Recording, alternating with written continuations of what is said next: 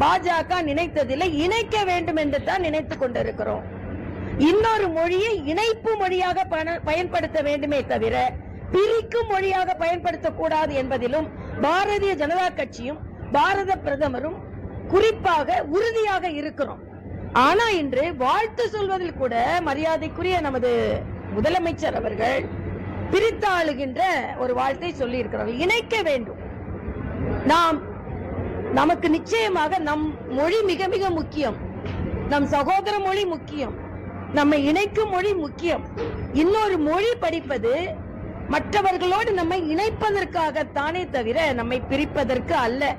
அதனால் நான் இன்று உங்களிடம் இப்படி வாழ்த்துக்களை சொல்லிக் கொண்டிருக்கிறேன். இன்னொன்று, மரியாதைக்குரிய முதல்வர் சொன்னார், நீங்க தான் தெலுங்கு படிச்சிட்டீங்களே, அத மாதிரி வேணுன்ற நேரம் படிக்க வேண்டியதானே அப்படின்னு. சின்ன வயதா இருக்கும் பொழுது இந்த மூளை சீக்கிரம் கிரகிச்சிருக்கும். எனக்கு தான்